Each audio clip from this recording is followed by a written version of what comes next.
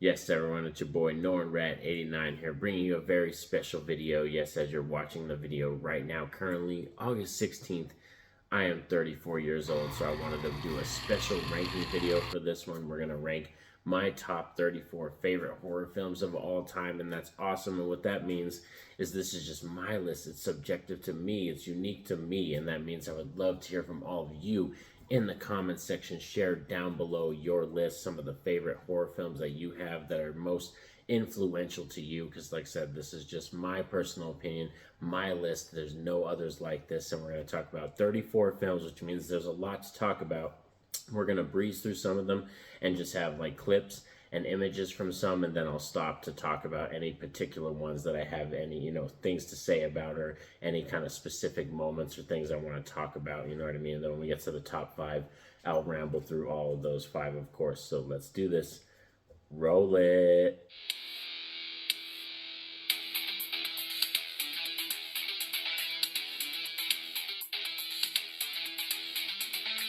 So as I said in my intro, we have 34 films to get through, so let's kick this list off right away with number 34, and that's going to be John Carpenter's Vampires, which is in fact my favorite vampire film of all time, and I think one of the most underrated John Carpenter films. We have James Woods in here, we got Daniel Baldwin, we even got Thomas Ian Griffith in here as our lead vampire, Mr. Silver himself from Cobra Kai. So it's just one of those films that has all these cool elements about it, these really awesome cast members that bring to life these awesome characters that I like, in a story that I love, in a vampire film that's influenced by Western films as well. And I'm not typically into Westerns, but I gravitate towards this one.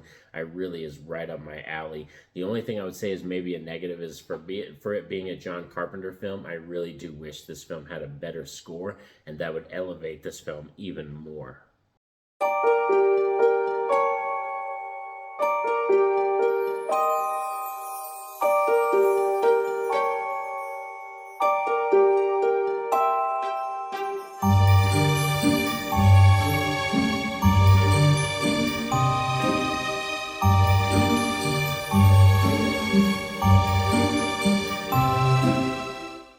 Coming in at number 31 is going to be Killer Clowns from Outer Space, and this one's very special to me because this is in fact the first horror film that I ever showed my son, and he got addicted to it for basically 2 weeks straight. It was, "Dad, can we watch Killer Clowns from Outer Space?" I had to go on my phone and look up every clown, and we had to know the name of every clown. That's why I have Spiky right here and Shorty back here, because those are his toys. He just plays with them and then puts them over here by my desk. So yeah, he had to know every clown's name. We had to rewatch it over and over, and this is a fantastic horror comedy, which is famously known for being Chiodo Brothers' only film, and they did a fantastic job. The puppetry work, the practical effects, the comedy lands for me, and it's very campy, silly, 80s style, but Killer Clowns from Outer Space just speaks to me, and has a really killer soundtrack as well. Coming from a film like John Carpenter's Vampires that the score is probably a weak point, this film has a badass soundtrack.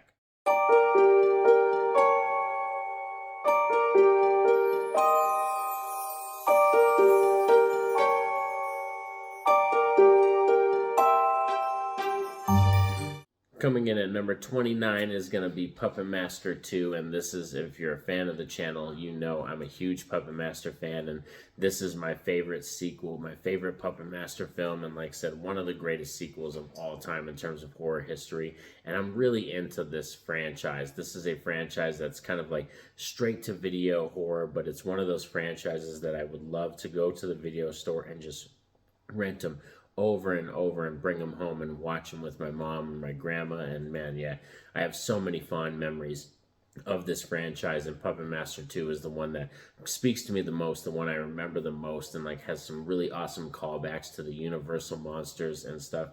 And yeah, Blade, like iconic, one of my favorite horror icons, Blade the puppet. So yeah, Puppet Master 2 is an often rewatch, and every time I rewatch it, the nostalgia just grows even more.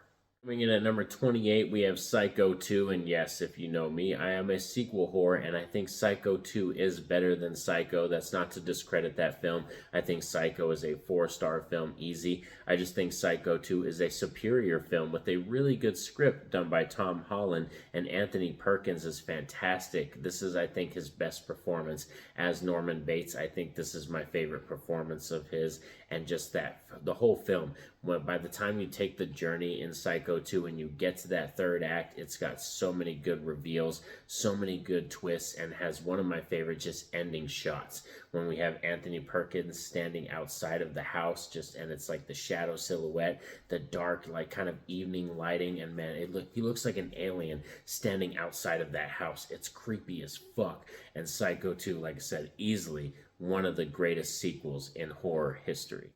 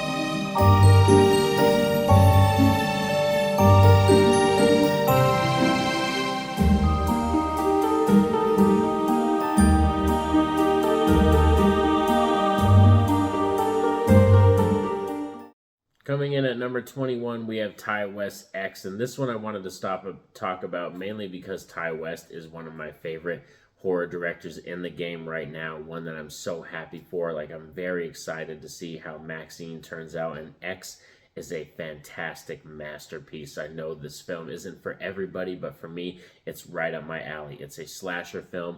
It's got Texas Chainsaw Massacre vibes. In fact, I think this film is better and a more superior film than Texas Chainsaw Massacre. I know Ty West probably wouldn't even come out and say that, but I'm telling you all right now. So please don't get out your pitchforks and quit on the video now. But yeah, X is just one that's just right up my alley. We have a great cast: Mia Goth, Brittany Snow, Jenna Ortega, and Ty West direction. Add to that, we have a great 70s soundtrack, some banging cinematography, and this is one of those movies that I like the vibe of the kills. They're like gory, and it's not like, you know, the most gory ones, but they have flavor. They have style, and this film, like I said, screams style and really feels like a film that belongs and deserved to be released in like the early 80s or late 70s. Now we're cracking into the top 20, and right here we have Rob Zombie's The Devil's Rejects. And for me, Rob Zombie, the Firefly family, is the greatest characters and the greatest concept that he's brought to life for us in terms of his directing career. I love the Firefly family. I like House of a Thousand Corpses. I like Devil's Rejects, and I even enjoy Three from Hell. But Devil's Rejects is Rob Zombie's magnum opus. This is his best writing, the best cinematography, his best soundtrack. I think he gets the best acting performance out of all his actors in this film. So for me, Devil's Rejects just is balls to the wall. Everything I want in a Rob Zombie film. And I know this film might not be for everybody because it's got some heavy content, some really coarse, vulgar language. But, you know, for me, I'm one of those dudes. Sometimes I just want to watch the world burn, and I need to see those nihilistic, crazy-ass horror films.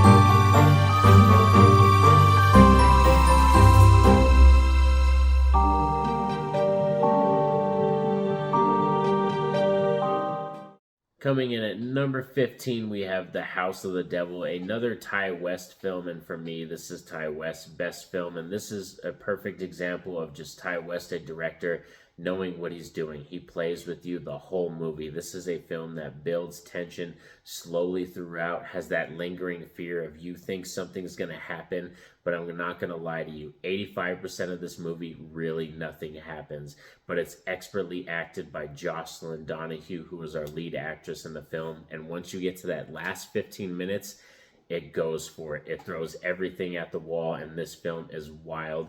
It's one of those films that you can't really predict the last 15 minutes where it's going to go. Also, we have Tom Noonan in this film as well, who is a side actor that pops up in a lot of movies like, Heat with, Al Pacino and stuff. So he pops up in a lot of movies here and there, and he's always a pleasure to see. So House of the Devil is just, like I said, one of those films that I recommend to every horror fan. If you haven't seen this film, you need to check out this film because it is, for me, a perfect horror film and expertly directed and executed.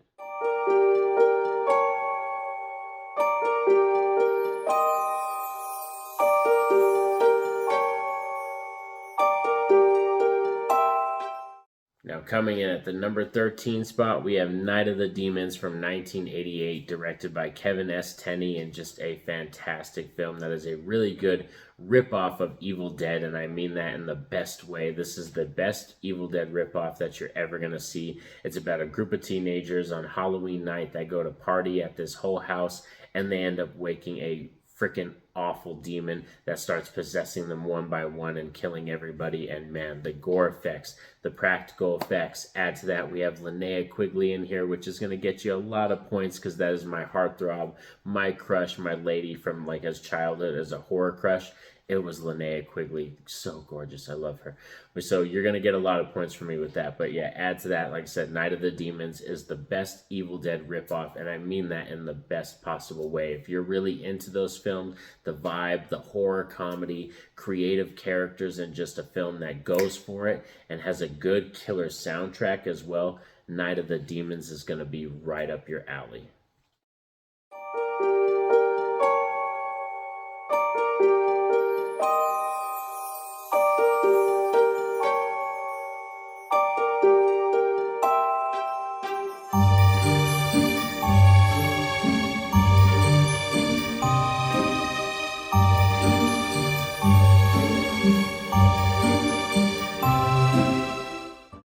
So opening us up at the number 10 spot is going to be Friday the 13th, Part 3 in 3D. Yes, the second Friday the 13th film on this list. Jason Voorhees. My favorite Jason Voorhees performance is this one right here, Richard Broker. And just a fantastic cast to be around. And for me, in my opinion, one of the most underrated Jason films. Because not a lot of people show this film some love because of mainly the 3D gimmick.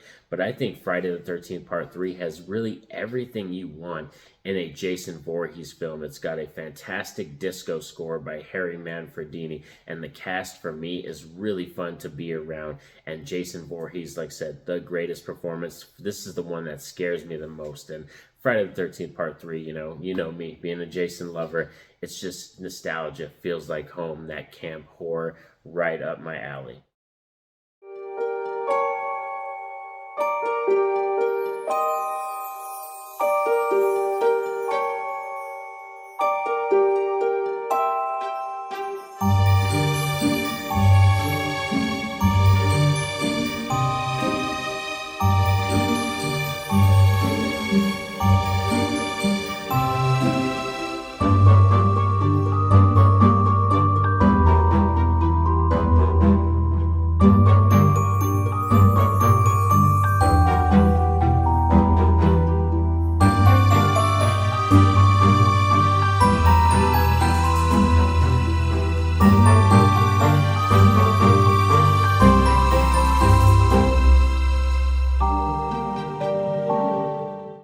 Now we're here at the top 5, and thank you all for sticking around with me. I know this has been a very long video, and the number 5 spot is going to go to Nightmare on Elm Street Part 2, Freddys Revenge, which is in fact the very first horror film that I ever remember watching, and Still to this day, I think the scariest Robert Englund's ever been as Freddy Krueger. And this for me is just 9 times out of 10 the Freddy film that I'm going to grab off my shelf to watch, because it gives me everything that I want in a Nightmare on Elm Street film. It gives me really awesome lines, a very terrifying Freddy, a cool cast that I love being around, and some really good like practical effects and just like awesome special effects moments that you love to see on screen. And man, like this is, like I said, in story wise, the one that I want to take the journey with the most. So yeah, 9 times out of 10, this is the Nightmare on Elm Street film that I'm gonna grab. Freddy's Revenge, just I highly recommend it. One of the best sequels in horror history. Rolling in at the number 4 spot, we have John Carpenter's Halloween. And yes, for this one flip-flops with my number 3 one. Sometimes if you ask me, like I said, this will be at the number 3 spot, but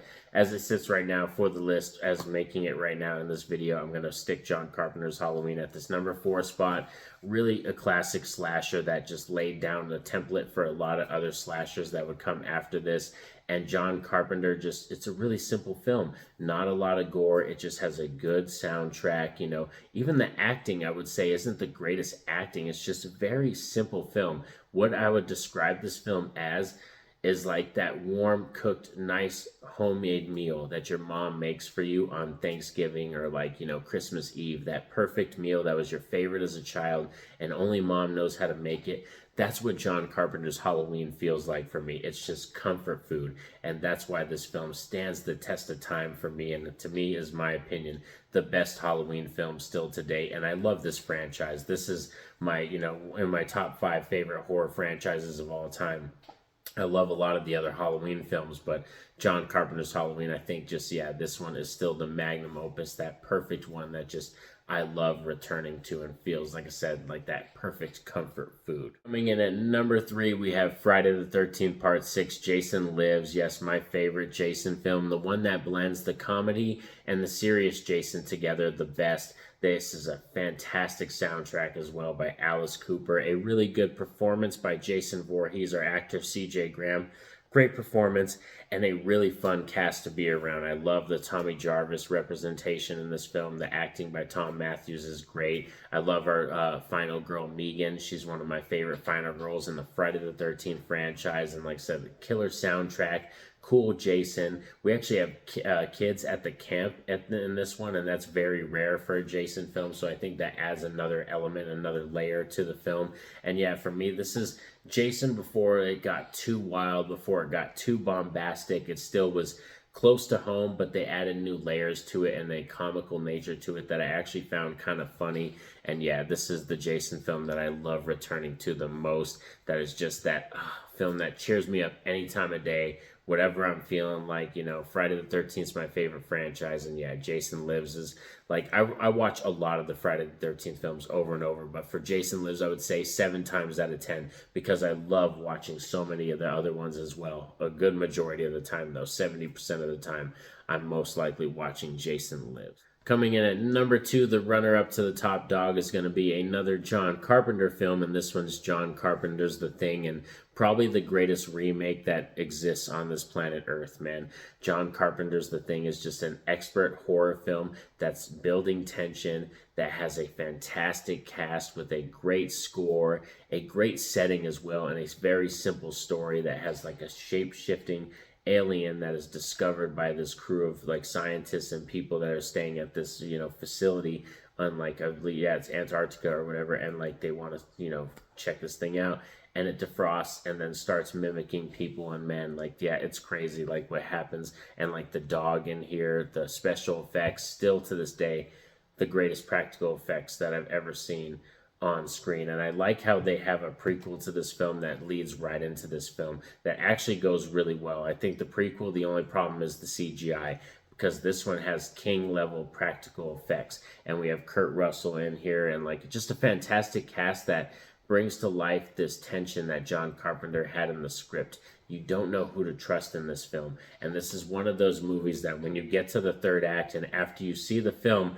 it's like an onion. There's still layers to peel back, and when you watch this film and rewatch it again, there's still stuff you could pick up on, and that's a mark of a great film, is a film that you can rewatch multiple times and you still get stuff out of it. And this is a film that when it first released was not taken not taken to well very fondly. The critics did not love this film because it was very dark, very gruesome, and everybody wanted their films to be like E.T., nice alien films, and John Carpenter went the very exact opposite. But yes, now has a huge cult following and is still to this day, I believe, one of the greatest horror films on this planet. But now we're here at the top dog, the #1 spot, and that's going to be, if you know me at all, or you've seen me on Mike from Did You See That, who's like kind of organized our community. If you've seen me on the live streams, my favorite horror film of all time is Evil Dead 2013. In my mind, the epitome of horror films, when I think of horror in my mind, it's a film like Evil Dead 2013. It has gruesome practical effects, some of the greatest also that I've ever seen on screen. A fantastic final girl that's actress by Jane Levy, who plays Mia, just one of my favorite modern final girls, who has a really cool, relatable story about trying to beat addiction. Her friends are keeping her at this cabin and they want to beat it, and then one of her friends is stupid enough to open up the Necronomicon and read it, and what he unleashes on her, it's just like, it's the worst night ever for her, I can tell you right now. And yeah, just the gore effects, be it that this is one of those horror films that has the most fake blood that they've ever used in a horror film ever, man. Yeah, Evil Dead 2013. It's just, when I saw it in that theater experience, it was easily floored me. It was one of my greatest favorite theater experiences because me and my wife both walked out of it just like, whoa, did we literally just witness the greatest horror film of all time? Like, I asked myself that question when I walked out of the theater the first time, and my wife was looking at me like, not disagreeing, like she was like honestly thinking about agreeing with me, like,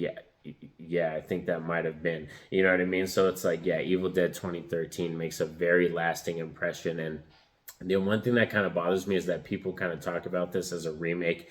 And since Evil Dead Rise came out, this is officially not a remake anymore. Evil Dead, the Army of Darkness, all of them take place in the same universe now. Now that Evil Dead Rise has come out, Fede Alvarez, all of them have confirmed this. So it is possible that we could get Jane Levy returning back as her character. I'm hoping that we can get her back for Evil Dead 6. That would be fantastic. I would really enjoy that. So yes, Evil Dead 2013 sits here at the top, the mountain, the king, as my favorite horror film of all time. But as I said in my intro, this is just my list, my subjective list, my opinion, my favorites. And that means I would love to hear from all of you down below. What are your favorite horror films? The ones that speak to you the most, the ones you return to the most, that are just nostalgia, feel like home. And thank you so much, everybody, for sticking around with me for this video. I know this was a lengthy one, but I wanted to do something special for turning 34, and horror is my favorite genre in cinema. So I was like, yeah, let's do it. Let's rank my favorite top 34 horror films. And it was really fun to talk about all these films. And I really wish I could have talked about all of them, but a lot of these films I have reviews for, or I've spoken about them ad nauseum at other points. But like I said, I'll have other chances as well to talk about these films in the future. And thanks for sticking around with me all. Be sure to like, subscribe, have that notification bell poked so you're notified anytime I post a video. But most importantly, I want you all to have a safe and happy day. Peace out.